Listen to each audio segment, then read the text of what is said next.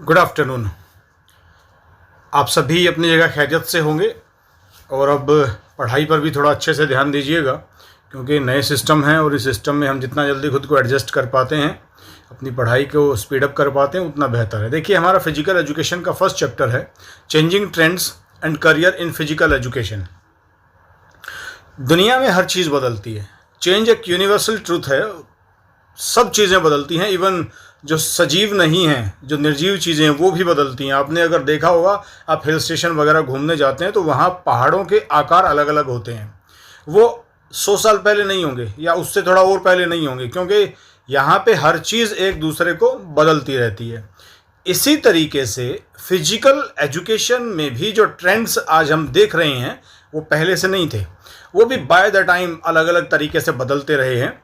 अगर हम बात करें एंशिएंट टाइम्स की, तो मैं फिजिकल एजुकेशन या फिटनेस की इम्पोर्टेंस आपको बता दूं कि वहाँ पे इंसान के लिए फिजिकल एजुकेशन का मतलब, फिटनेस का मतलब सिर्फ इतना था कि वो तरीके सीख ले, अपने आप को उस काबिल बना ले कि वो जंगली जानवरों से हमले से खुद को बचा सके, यानी कि अपनी जान को बचा सके, और दूसरे अपनी भूख को शांत करने के लिए जो उपाय करने पड़े वो कर सके। जैसे मान लीजिए, अगर उससे कोई फल खाना है तो पेड़ पे चढ़ना सीख ले, या पत्थर फेंकना सीख ले, निशाना ठीक लगे और जो चीज़ वो चाहता है वो पेड़ से टूट के नीचे गिर जाए। और अगर उसे कुछ नॉनवेज खाना है तो वो किसी भी जीव के पीछे भाग के या किसी भी चीज़ को थ्रो करके उसे मार के पकड़ सके, और इस तरीके से वो अपना जीवन यापन करता रहा। यानी कि पेट भरना और जान बचाना, इन दो चीज़ों में अगर वो अपने आप को सक्षम पाता है, फिट पाता है, और इसको करने के जो वो तरीके सीखता रहा है, बस यही फिजिकल एजुकेशन थी, यही शारीरिक शिक्षा थी उस समय के लिए, एंशिएंट टाइम्स के लिए, जब आदमी जंगलों में रहता था एक जानवर की तरह। उसके बाद धीरे धीरे हम लोग सिविलाइज्ड होते गए, और सबसे पहले अगर किसी चीज़ को लेके किसी सोसाइटी में एक अवेयरनेस मिली, स्पेशली मैं फिजिकल एजुकेशन की बात कर रहा हूँ, तो वो ग्रीक के सोसाइटी थी। वहाँ पर आपने ज़रूर नाम सुना होगा एरिस्टोटल का, सोक्रेट्स का।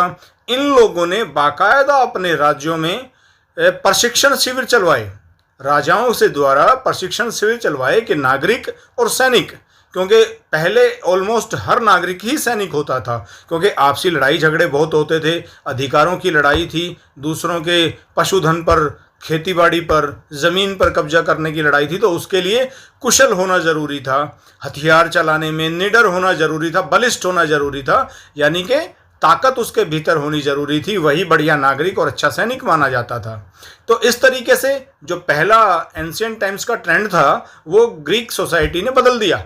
अब वहाँ पे उसे कुछ और सीखना था, पर्पज़ तो वही था ऑलमोस्ट सेम, लेकिन तरीके बदल गए, मान्यताएं बदल गई। और इसी तरीके से अगर हम देखें तो आज की परिस्थितियां अलग हैं, आज ट्रेंड्स और बदले हैं। आज के ट्रेंड्स में आपको सिर्फ बलिष्ठ होना ज़रूरी नहीं है, सिर्फ कुछ कुशलताएं सीख लेनी ज़रूरी नहीं है, एक वॉरियर की तरह, एक लड़ाके की तरह।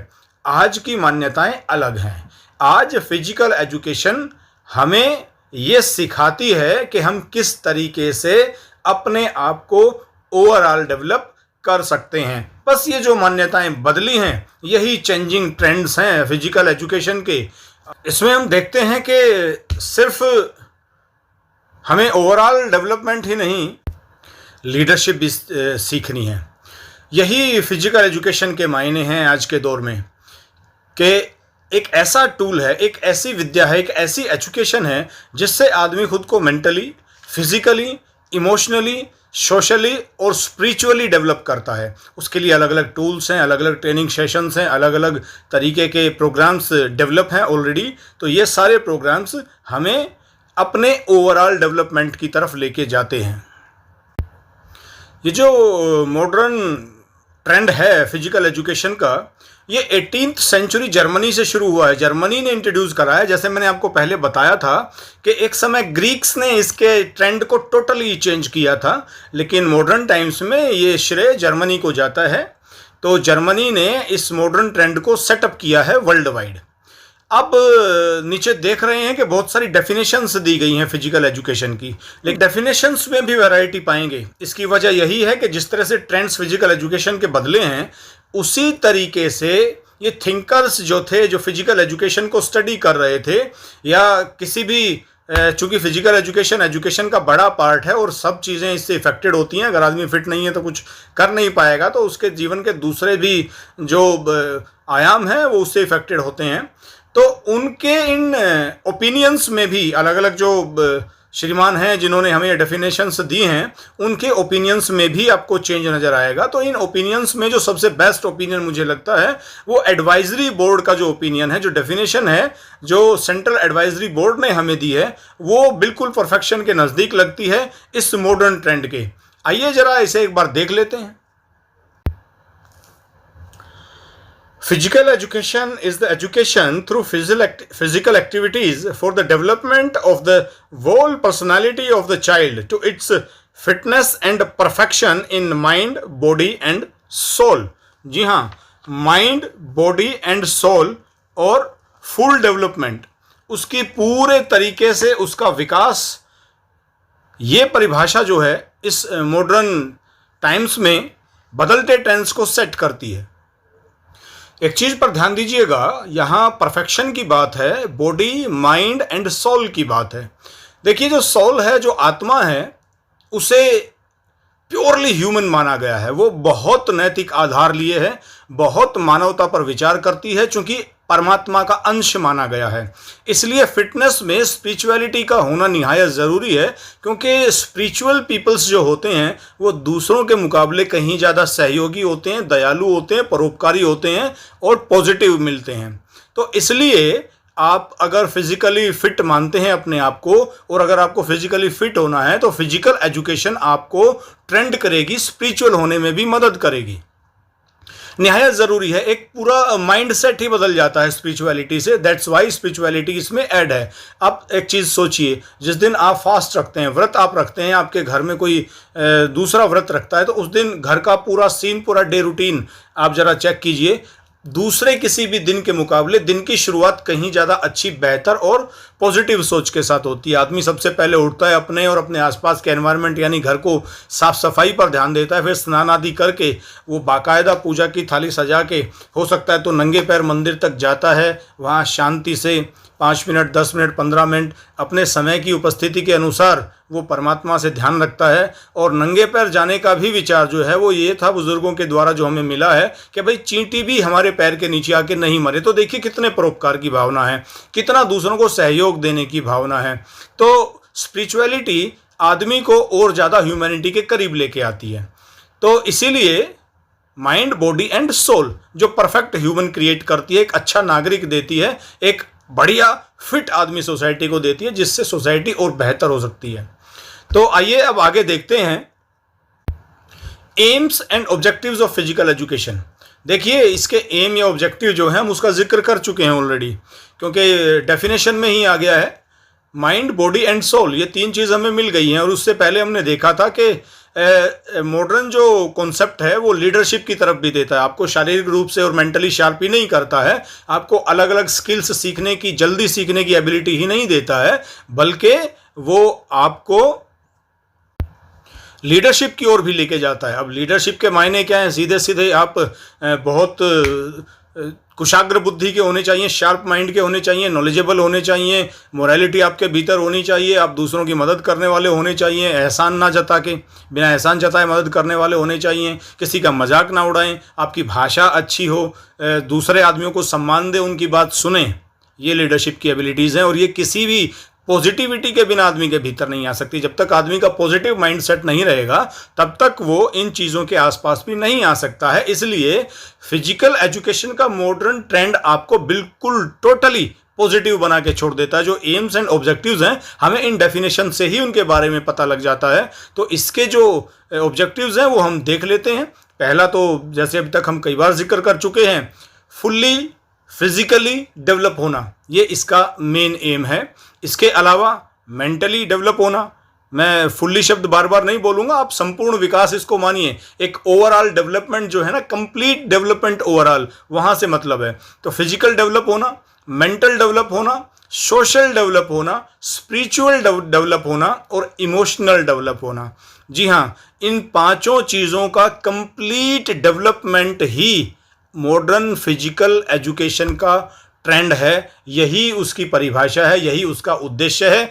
इसी के चलते आज फिजिकल एजुकेशन, नॉर्मल एजुकेशन जो हमारी होती है, उसका अभिन्न अंग बना हुआ है। क्योंकि आप कितने भी नॉलेजेबल हैं किसी भी फील्ड के, लेकिन अगर आप इन एबिलिटीज़ के आसपास नहीं हैं तो आपकी एबिलिटी उतनी ज़्यादा मान्य नहीं हो पाएगी सोसाइटी में, या आपकी एबिलिटी के अकॉर्डिंग आप उतना अचीवमेंट नहीं ले पाएंगे, अपनी कैपेसिटी को यूज़ नहीं कर पाएंगे। ये बात फिजिकल एजुकेशन आपको बताती है मॉडर्न टाइम्स में।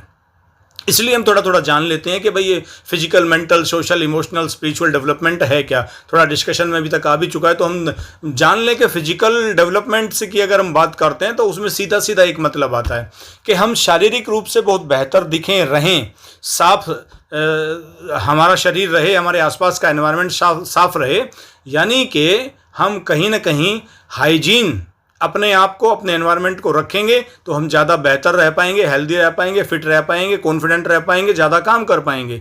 ठीक है, हमारे शरीर के सारे ऑर्गन्स, सारे सिस्टम्स बेहतर काम कर पाएंगे। ये है फिजिकल डेवलपमेंट ओवरऑल। ठीक है जी। हमारा मेंटल डेवलपमेंट, मेंटल डेवलपमेंट के भीतर आपकी जो मेंटल एबिलिटी है चीज़ों को एनालाइज करने की, उन्हें कैलकुलेट कर लेने की, और कैलकुलेट करने के बाद उसके अगेंस्ट हमें क्या काम करना है वो तुरंत जज कर लेने की, ये है मेंटल एबिलिटी। क्योंकि अक्सर क्या होता है कि एक क्लास में एक बच्चा होता है जो 95% मार्क्स लेके आता है, और एक बच्चा होता है जो किसी तरह पास हो पाता है। इसी तरीके से आप क्रिकेट में देख लें कि जहां सिंगल रन होता है वहां कोई डबल बना लेता है, और जहां कोई डबल होता है वहां कोई सिंगल भी कि जैसे तैसे पूरा कर पाता है। तो ये जो मेंटल एबिलिटी है चीज़ों को एनालाइज करके इम्प्लीमेंट कर लेने की, ये फिजिकल एजुकेशन हमें देती है, सिखाती है, जो बहुत ज़रूरी है। क्योंकि सीधे सीधे इसका मतलब क्या है कि हम सोसाइटी में दूसरे लोगों से कहीं ज़्यादा आगे बढ़ें, उसका ये तरीका है, साधन है कि हम कम समय में उससे ज़्यादा अचीव कर रहे हैं, यानी सिंगल को डबल में कन्वर्ट कर रहे हैं। यानी कि हमारी एबिलिटी 98% की है, 90% की है, हम जल्दी से चीज़ों को एनालाइज करके, याद करके, लिख के, प्रैक्टिस करके हम 95 तक जा सकते हैं, जो कि हम दूसरों से आगे हैं, बेहतर हैं। ठीक है जी। तो ये फिजिकल, मेंटल, फुल्ली डेवलपमेंट हमारा फिजिकल एजुकेशन का एम है। इसके अलावा सोशल डेवलपमेंट, अक्सर लोग ये समझते हैं कि अगर मैं ताकतवर हूँ, जैसा आजकल जिम का काफ़ी चलन है, कुछ बच्चे पहलवानी भी करते हैं, कुश्ती कबड्डी खेलते हैं, अच्छी बात है। लेकिन कुछ लोग ये समझ लेते हैं कि अगर मैं हट्टा कट्टा हूँ, नौजवान हूँ, ताज़ा दम शरीर है मेरा, तो मैं दूसरों से ज़्यादा अच्छा हूँ, बेहतर हूँ। ऐसा बिल्कुल नहीं है। अब तक के डेफिनेशंस में जितना भी विवरण हमने किया है उसमें आप समझ गए होंगे। देखिए, ऐसा पहलवान किसी काम का नहीं है जो घर में उठते ही घर वालों को परेशान करना शुरू करे और घर से बाहर निकलते ही 4 पड़ोसियों को गाली देनी शुरू करे, है ना। यानी उसका सोशल डेवलपमेंट नहीं है। अगर उसका सोशल डेवलपमेंट नहीं है तो कहीं ना कहीं उसकी मेंटल डेवलपमेंट में प्रॉब्लम है। यानी कि आप सोसाइटी के लिए भी एग्जाम्पल होने चाहिए, आप सोसाइटी के लिए भी वेल डेवलप आदमी होने चाहिए, तभी सोसाइटी आपको फॉलो करना शुरू करती है, तभी आप एक लीडरशिप की तरफ जाते हैं, तभी आप में और ज़्यादा कॉन्फिडेंस आता है। आप कोई भी काम करना चाहते हैं तो खटक से कर लेते हैं, क्योंकि आपका इंप्रेशन सोसाइटी के ऊपर ज़बरदस्त है, और ऑलरेडी सोसाइटी भी ये वेट करती है कि यार फलां आदमी क्या करने वाला है। देखिए, आज हम लोग कहीं ना कहीं ये चीज़ तय करते हैं कि जो आदमी फिजिकली, मेंटली, सोशली फिट है या वेल एजुकेटेड है, वो आदमी एक लीडर होता है। हर जगह देख लीजिए, आप ग्राउंड में जाते हैं खेलने के लिए, वहाँ भी देखिए कोई ग्रुप ऐसा जरूर मिलेगा जो बड़ा ग्रुप है और किसी एक बच्चे को फॉलो कर रहा है। आप क्लासरूम में देख लीजिए, जब मैथ का सवाल कराया जा रहा है या एसएसटी पढ़ाई जा रही है या कोई और विषय पढ़ाया जा रहा है, तो अगर टीचर ने क्वेश्चन कुछ पूछ लिया तो कुछ लोगों की निगाह, इवन टीचर की भी अक्सर एक साइड चली जाती है, क्योंकि लोगों को उम्मीद होती है ये सही जवाब देने वाला है। तो बस यही इंप्रेशन है इस सोशल डेवलपमेंट का सबूत। तो आप अगर सोशली डेवलप हैं तो आप इस तरीके से बेहतर काम कर सकते हैं। इसके बाद इमोशनल डेवलप होना बहुत ज़रूरी है। करके प्रोग्रेस करनी है तो हमें अपने आप को इमोशनली भी फिट करना पड़ेगा। अभी ताज़ा एग्जांपल है, हमारे बीच से एक बॉलीवुड की डांसिंग स्टार चली गई हैं, सरोज खान। तो मैं एक इंटरव्यू उनका देख रहा था, तो उन्होंने बताया कि मेरी बेटी 8 महीने की एक्सपायर हो गई थी और जिस दिन उसका संस्कार, अंतिम संस्कार करना था, उसी दिन शाम को 5 बजे मुझे ट्रेन पकड़ के फिल्म की शूटिंग के लिए जाना था और मैं गई। चूँकि घर बहुत कमज़ोर था, गरीब था, घर का सारा खर्च, इवन माँ बाप की जिम्मेदारी भी सरोज खान के ऊपर थी, इसलिए वो काम नहीं छोड़ना चाहती, क्या छोड़ नहीं सकती थी मान लें।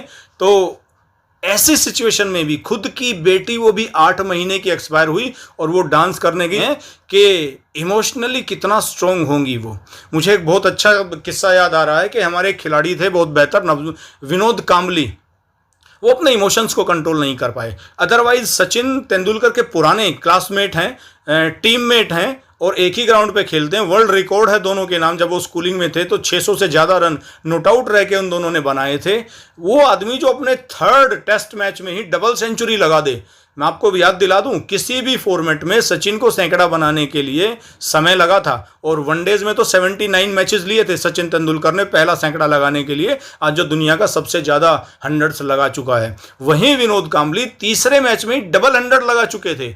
कहीं ज़्यादा एबिलिटी बैटिंग की उनके पास थी, लेकिन वो इमोशनली उतने कंट्रोल्ड नहीं थे। इसका एग्जाम्पल एक सेमीफाइनल में मिला वर्ल्ड कप के, जब कोलकाता में मैच था और इंडिया वो मैच किसी गलत निर्णय की वजह से हार रही थी और दर्शकों ने वो मैच रुकवा दिया था और उसमें विनोद कांबली बहुत बुरी तरह से फूट फूट के रो रहे थे। उस मैच के बाद मुझे ध्यान नहीं आता कि वो अपने आप को कभी कंट्रोल कर पाए या उन्हें इतने ज़्यादा मौके फिर मिले, उनका करियर ही स्पॉइल हो गया। तो इमोशनली अगर आप स्ट्रॉन्ग नहीं हैं, आप कोई निर्णय बेहतर नहीं ले सकते हैं, तो ये ध्यान रखिएगा, आप कितने भी कैपेबल हैं, आप अपनी एबिलिटीज़ के अकॉर्डिंग अपनी हाइट नहीं ले सकते, अपनी ऊंचाइयां नहीं छू सकते जो ईश्वर तुम्हें देना चाहता है। इसलिए इमोशनली कंट्रोल होना भी निहायत ही ज़रूरी है। स्पिरिचुअल डेवलपमेंट के ऊपर हम काफ़ी बात कर ही चुके हैं। उससे आदमी ज़्यादा ह्यूमन होता है, ज़्यादा हेल्पफुल बनता है, दयालु बनता है, परोपकार की भावना उसमें आती है, हमेशा पॉजिटिव सोचता है। तो ये एम्स एंड ऑब्जेक्टिव हैं फिजिकल एजुकेशन के। आइए अब थोड़ा विचार करते हैं कि भाई आखिर फिजिकल एजुकेशन के थ्रू इस मॉडर्न टाइम में किस किस तरह के हमें करियर्स मिलते हैं। पहले तो जैसे मैंने बताया कि वॉरियर्स ही होते थे लोग जो फिजिकली ज़्यादा फिट होते थे, आजकल भी हैं जो फिजिकली ज़्यादा फिट होते हैं, वो डिफेंस की नौकरियां ज़्यादा अच्छे से कर पाते हैं। आपको मालूम है कि पहले फिजिकल किया जाता है, किसी भी डिफेंस की नौकरी में हम लोग जाएंगे या पुलिस वगैरह की नौकरी में हमें जाना है, फौज की में जाना है, तो पहले फिजिकल दिया जाता है, फिजिकल के बाद ही आगे की कार्रवाइयाँ बढ़ती हैं। अगर आदमी वहीं फेल है तो फिर वो आगे नहीं बढ़ सकता। थ्रू फिजिकल एजुकेशन आज दुनिया में रोजगार की कोई कमी नहीं है, बेहद भरपूर और हाइक वाले करियर्स हैं। आप बेशुमार दौलत कमा सकते हैं। बहुत एग्जाम्पल हैं इसके पीछे।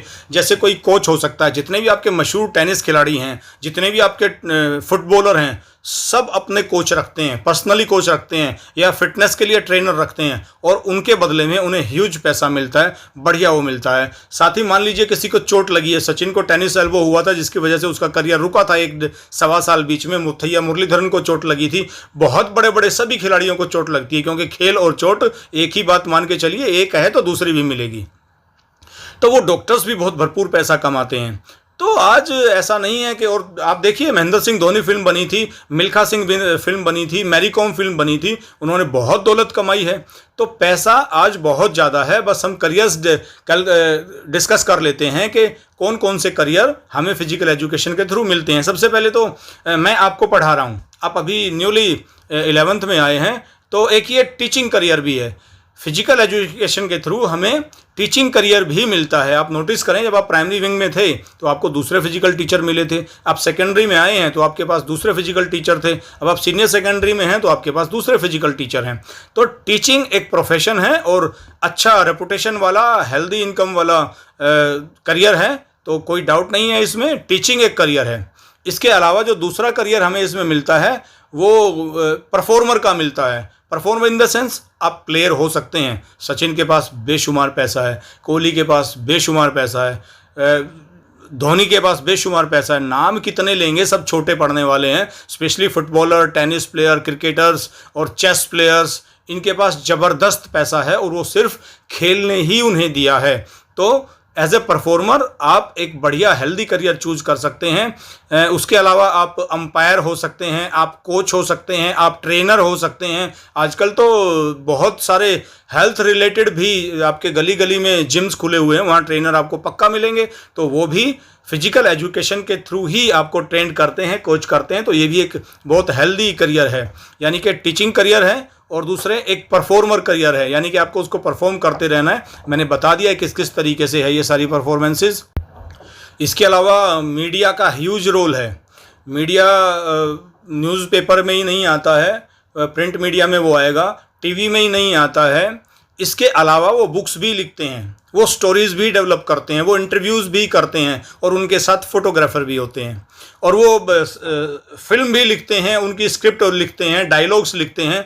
तो ये सारी चीज़ें आपकी मीडिया में आ जाएंगी। और पैसा कितना है इसका अनुमान लगाना मेरे ख्याल से ज़्यादा मुश्किल नहीं है। मैं महेंद्र सिंह धोनी फिल्म का जिक्र कर चुका हूँ, मैरी कॉम और मिल्खा सिंह फिल्म का जिक्र कर चुका हूँ। तो मीडिया में भी आज ज़बरदस्त पैसा है और ये भी फिजिकल एजुकेशन के थ्रू एक बढ़िया ऑप्शन है करियर को सेटअप करने का। क्योंकि अगर मान लीजिए कोई सचिन के ऊपर किताब लिखता है या साइना नेहवाल के ऊपर किताब लिखता है, पीवी सिंधु के ऊपर किताब लिखता है, तो वो कितनी बिकती हैं। और ये करियर तो और भी शानदार है क्योंकि इसमें तो रॉयल्टी भी मिलती है। यानी आपने काम एक बार किया और जितनी बार वो किताब बिकेगी आपका हिस्सा आपको मिल जाएगा, चाहे वो आपको 10 साल बाद भी बिके। ठीक है जी। तो ये मीडिया भी एक बहुत हेल्दी, अच्छा पैसा अर्निंग पैसे वाला एक करियर है फिजिकल एजुकेशन के। साथ ही मैन्युफैक्चरिंग सेक्टर में आ जाइए। कोई खेल ऐसा नहीं है जिसमें कोई ना कोई चीज़ यूज़ ना होती हो। सबसे पहले तो उसके स्पोर्ट्स गियर ही देख लें, यानी कि जो कपड़े वो पहन के आते हैं हर एक अलग अलग होते हैं, उनका साइज़ भी अलग अलग होता है। वॉलीबॉल के अलग हैं, बास्केटबॉल के अलग हैं, क्रिकेट के अलग हैं, बॉक्सिंग के अलग है, कबड्डी कुश्ती के अलग हैं, हर खेल के अलग हैं।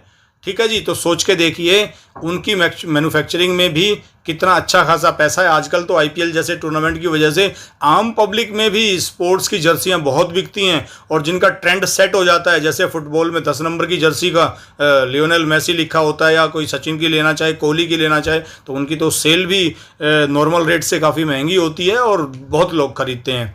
तो मैन्युफैक्चरिंग में स्पोर्ट्स वियर की बात हुई, गियर की बात हुई। साथ ही आप हर एक इक्विपमेंट जो खेल में यूज़ होता है, जैसे क्रिकेट में बैट बॉल, हेलमेट, स्टंप्स, गिल्ली या जो उसमें होती हैं, या तमाम चीज़ें, इसी तरह दूसरे जितने भी हमारे स्पोर्ट्स हैं उनमें जो भी इक्विपमेंट तैयार किए जाते हैं वो भी एक बहुत ज़बरदस्त मार्केट है। और अगर मान लीजिए कोई इवेंट आ जाए बड़ा, वर्ल्ड कप जैसा, ओलंपिक जैसा, तो सेल अपने आप बढ़ जाती हैं, ज़बरदस्त तरीके से सेल बढ़ती हैं। तो ये एक शानदार करियर है मैन्युफैक्चरिंग का भी, क्योंकि सेफ्टी गार्ड्स भी होते हैं।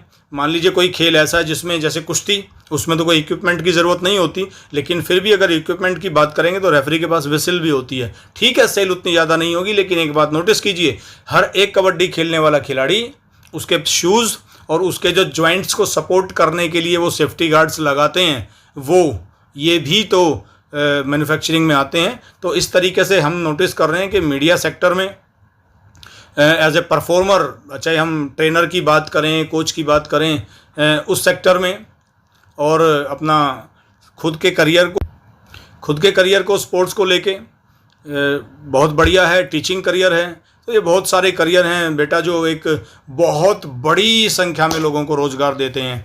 तो आज खेल को लेके रोज़गार की कोई कमी नहीं है, भरपूर पैसा है, हेल्दी पैसा है। चाहे आप मैन्युफैक्चरिंग सेक्टर में जाइए, आप किसी छोटी मोटी फैक्ट्री के मालिक बनिए, आप मीडिया में जाइए, आप टीचर बनिए, आप कोच बनिए, ट्रेनर बनिए, फिजियो बनिए किसी टीम का।